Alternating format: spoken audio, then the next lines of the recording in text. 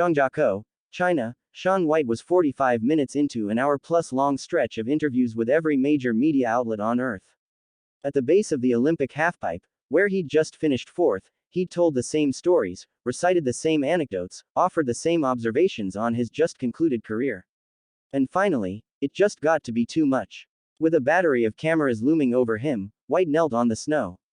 He put one hand on his black and white whitespace board, one on the snow, closed his eyes and said, thank you, over and over again. One of the great runs in Olympic history, 5 games, 3 golds, is over.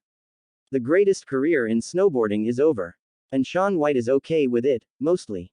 White stood back up, eyes rimmed with tears, and got back to answering question after question.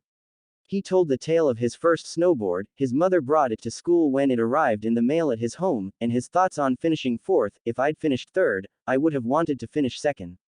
If I'd finished second, I would have wanted to win. He connected with every single interviewer, every single question, giving each one so much time that his attendant constantly pulled him away to the next engagement. As long as he kept answering questions, he would keep the end a little farther away.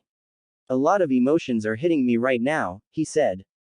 The cheering from the crowd, some kind words from my fellow competitors at the bottom. I'm so happy. What do you do when what you've always done is over?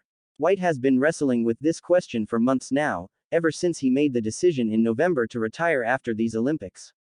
Every day at the Olympics has brought new lasts, last walk in the opening ceremony, last time in the athletes' village, last time showing up on the morning of an event full of nerves, last time worrying about whether he'd score enough points to advance to the next round. And last time dropping into the halfpipe. White posted a respectable 72.00 his first run, nothing special, but nothing catastrophic, either. The sun glinted off the pipe on the rider's left, and the difference in air temperature caused trouble for several riders, future medalists Ayumu Hirano and Scotty James among them. So when White dropped in for his second run, there was a bit of daylight there at the top of the leaderboard. And just for a moment, White looked like his old self, pulling off a frontside double cork 1440, 3 diagonal rotations, and a brilliant double McTwist, the move he'd created so many years ago.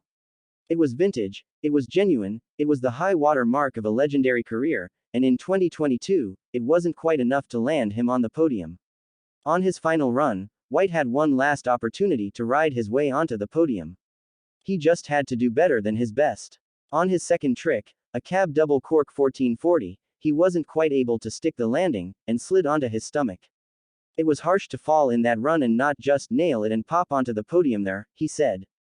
I was so close. His fate sealed, his future now at hand. White pulled off his helmet and goggles and slowly rode down the center of the halfpipe.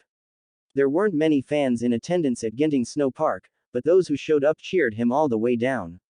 I love this sport so much, he said. Even the awful moments of sitting in a hospital room thinking what's next, or coming so close to winning and feeling the agony of defeat. White is now part of snowboard's past, as tough as that is to believe. Ayumu Hirano landed a triple cork, a trick White was never able to master, to win Olympic gold, and both Hirano and Scotty James are riding at a level so far above White right now that he couldn't catch them even at his best. Everybody was asking me what my legacy in this sport has been, and I'm like, you're watching it, he said. These younger riders, they've been on my heels every step of the way. To see them finally surpass me is, I think, deep down what I always wanted. To be beaten, to finally walk away without feeling like, I could have done this.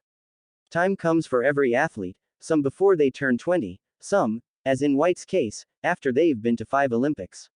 He's content to, well, he's accepting the fact that he has to cede the spotlight to Hirano, James and the next generation. He'll still be a part of the sport. He made sure to plug Whitespace, whatever that ends up being, throughout his farewell press tour, but the sport known for its perpetual progression has at long last progressed past its goat. As sad as I am to say goodbye, I'm so relieved, he said, his voice raw. I won't ever have to be at the top of the pipe stressed again, wondering, is this the day I might really hurt myself trying to push the envelope? Nearby, Hirano was still conducting his gold medal interviews.